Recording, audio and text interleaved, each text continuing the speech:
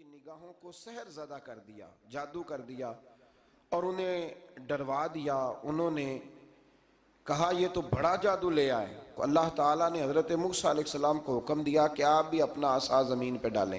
ان کی رسیاں سانپ بن گئی تھی نا، دراصل وہ سانپ بنی نہیں تھی، لوگوں کی آنکھوں پر جادو ہو گیا تھا، انہیں سانپ نظر آ رہا تھا۔ فرمایا آپ بھی اپنا عصا زمین پہ ڈالیں۔ وہ عصا سانپ بنا اور جادوگروں کی ساری چیزوں کو نگل ہی گیا۔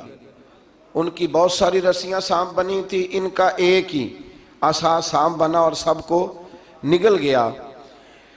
اس طرح کے معجزے کی حقانیت اور جادوگروں کا بطلان ثابت ہوا اور فرعونی رسوا ہو گئے۔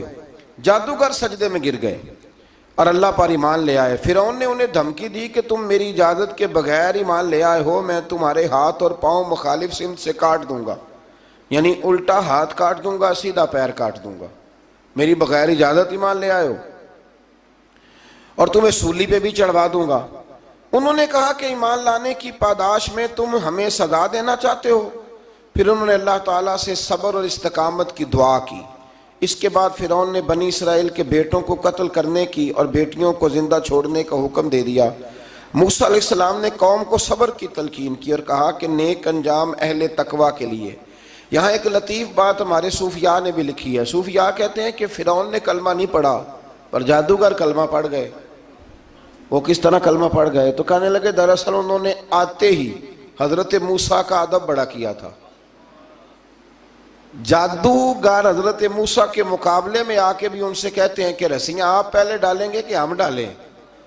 آپ عصا پہلے رکھیں گے کہ ہم رکھیں؟ تو اتنا سا ادب کیا تو رب کریم نے فرمایا جو نبی کا ادب کرے وہ بے ایمان نہیں رہ سکتا، جو نبی کا ادب کرے وہ بے ایمان نہیں رہ سکتا، اور جو نبی کی بے ادبی کرے وہ ایماندار نہیں رہ سکتا۔ ختم ہو گئی بات۔ یہاں ہمارے صوفیاء نے یہ بات لکھی ہے کہ چونکہ انہوں نے آتے ہی کہا تھا کہ آپ پہلے ڈالیں گے یا ہم پہلے ڈالیں، تو حضرت موسیٰ سے انہوں نے پوچھ لیا، نبی کے پوچھے بغیر پہل نہیں کی، تو اللہ نے انہیں ایمان کی دولت عطا کر۔ اللہ تعالیٰ نے فرعونیوں پر قحط سالی کا عذاب نازل کیا۔ فرعونیوں کا طریقہ یہ تھا کہ اچھائی کو اپنا کمال گردانتے تھے، کہتے تھے یہ ہماری طرف سے، اور برائی کو معاذ اللہ بدشگونی کے طور پر موسیٰ علیہ السلام کی طرف منسوب کرتے تھے، کہتے تھے معاذ اللہ آپ کی وجہ سے یہ سارا کچھ ہو رہا ہے۔ ہوتے نا نہیں کہتے ہیں جب سے میں وہاں گیا ہوں تب سے، ہمارے بزرگ ایک لطیفہ بھی سنایا کرتے تھے کہ کسی زمیندار نے نماز پڑھنی شروع کی تھی تو اس کے جانور مرنے شروع ہو گئے۔ اب لوگ سمجھتے ہیں کہ معاذ اللہ شاید یہ کسی بزرگ کے سبب سے ایسا ہے، حالانکہ یہ تو اللہ کی طرف سے آزمائش ہوتی ہے، اس کی حکمتیں ہوتی ہیں۔ اللہ تبارک و تعالیٰ نے ان پر عذاب کیا نازل کیا؟ آیت نمبر 130 اور 143 کبھی آپ سورہ اعراف کی پڑھیں تو اللہ تعالیٰ نے ان پر ٹڈیوں کا، جموں کا، مینڈکوں کا اور خون کا عذاب نازل کیا۔ یہ کس قسم کا عذاب ہے؟ جمعیں پڑ گئیں، ٹڈیاں آ گئیں، یہ اللہ نے عذاب نازل کیا۔ جب وہ عذاب میں مبتلا ہوئے تو موسیٰ علیہ السلام سے کہا کہ آپ اللہ سے دعا کریں کہ ہم سے یہ عذاب ٹل جائے، اگر ایسا ہوا تو ہم ایمان لے آئیں گے، بنی اسرائیل کو بھی آزاد کر دیں گے۔ لیکن موسیٰ علیہ السلام کی دعا کے نتیجے میں جب عذاب ٹل جانے کے بعد فرعونی پھر اپنے وعدے سے پھر گئے۔ بنو قریظہ والوں نے بھی کئی دفعہ حضور سے وعدے کیے پر اپنے وعدوں پر قائم۔ ایک بات آپ سے یہاں روک کے عرض کر دوں، ہم بھی کئی دفعہ کہتے ہیں ذرا بریک کبھی گاڑی کی نہیں نہ لگتی تو ہم ارادہ کرتے ہیں کہ آج سے ہی نماز شروع کر دینی، ذرا طبیعت زیادہ لیل ہوتی ہے تو ارادہ کرتے ہیں نا کہ بھائی آج کے بعد ہم نے نیک، پھر کیا ہوتا ہے؟ شفا ہو گئی تو چھٹی ہو گئی۔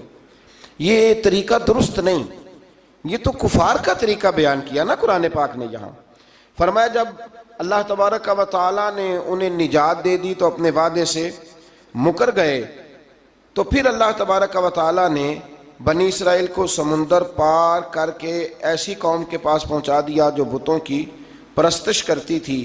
وہ تو بچ گئے لیکن فرعونی سارے دریا کے اندر غرق ہو گئے۔ حضرت موسیٰ علیہ السلام سے کہنے لگے کہ ہمارے لیے بھی یہ خدا بنا دیجئے۔ حضرت موسیٰ علیہ السلام نے فرمایا بت پرستی کرنے والے جاہل ہیں۔ یہ بت پرست قوم کے پاس جب گئے نا بنی اسرائیل والے، بت پوجتے ہوئے دیکھا تو کہنے لگے ہمارے لیے بھی سامنے بنا کے رکھ دو۔ فرمایا یہ تو جاہل ہیں، تم انہیں دیکھ کے اثر قبول کر رہے ہو۔ اور اپنی جاہلیت کے باعث یہ ہلاک ہونے والے بھی ہیں۔ پھر اللہ تعالیٰ نے بنی اسرائیل پر اپنی نعمتوں کا ذکر فرمایا، اور موسیٰ علیہ السلام نے اپنی قوم میں ہارون علیہ السلام کو اپنا جانشین فرمایا اور کوہ طور پر تشریف لے گئے۔ اللہ نے فرمایا وہاں آ جائیں، میں آپ کو تورات عطا کرتا ہوں۔ 40 دن کا یہ عرصہ تھا۔ موسیٰ علیہ السلام نے وہاں پہ جا کے، وہ سارا واقعہ بھی انہی آیات میں ہے کہ حضرت موسیٰ نے عرض کیا تھا کہ رب ارنی، یا اللہ میں تجھے دیکھنا چاہتا ہوں، تو فرمایا لن ترانی، تو نہیں دیکھ سکتا۔ وہ بھی یہاں اللہ نے ذکر فرمایا۔ پھر اللہ تعالیٰ نے اپنی ایک تجلی جب کوہ طور پہ ڈالی تو حضرت موسیٰ علیہ السلام تاب نہ لا سکے اور بے ہوش ہو گئے، اور پہاڑ بھی ریزہ ریزہ ہو گیا۔ اس کا ذکر بھی اللہ نے انہی آیات میں فرمایا۔ آیت نمبر 144 سے 155 تک حضرت موسیٰ علیہ السلام کو رسالت عطا کرنے، کلیم اللہ کا منصب عطا کرنے، تورات عطا کرنے کا ذکر ہے۔ آگے چل کے بتایا کہ جو متکبر لوگ ہیں نا، وہ آیات الہیہ سے منہ پھیرتے ہیں، اور جو لوگ اللہ کی آیات اور قیامت کو جھٹلاتے ہیں ان کے اعمال باطل ہیں۔ پھر موسیٰ علیہ السلام کے کوہ طور پر قیام کے عرصے میں بنی اسرائیل کے زیورات سے بچڑا بنا کر اسے معبود بنانے کا ذکر ہے۔ ان میں ایک جادوگر تھا سامری، سنا ہے سلالہ میں اس کی قبر ہے۔ حضرت موسیٰ کوہ طور پہ چلے گئے تو اس نے پیچھے سے نا سونے کا ایک بچڑا بنا لیا، اس میں سونے کی تاریں اس کے منہ میں لگائیں، ہوا چلتی تھی تو بجتی تھی۔ اتنے کمزور عقیدے کی یہ قوم تھی کہ انہوں نے فٹافٹ ماننا شروع کر لیا، فٹافٹ ماننا، کہنے لگے یہ ٹھیک ہے۔ چنانچہ موسیٰ علیہ السلام جب واپس آئے تو قوم پر غصے اور افسوس کا اظہار فرمایا اور کہا میرے پیچھے تم نے ایسا برا کام کیا ہے۔ انہوں نے تورات کی تختیاں بھی زمین پہ ڈالیں اور اپنے بھائی ہارون علیہ السلام کا سر پکڑ کے اس سے جواب طلبی کی۔ انہوں نے کہا اے میرے ماں جائے، بڑے خوبصورت لفظ ہے قرآن پاک، اے میرے ماں جائے، اے میرے بھائی، قوم نے مجھے بے بس کر دیا اور قریب تھا کہ یہ مجھے قتل بھی کر دیتے۔ اب آپ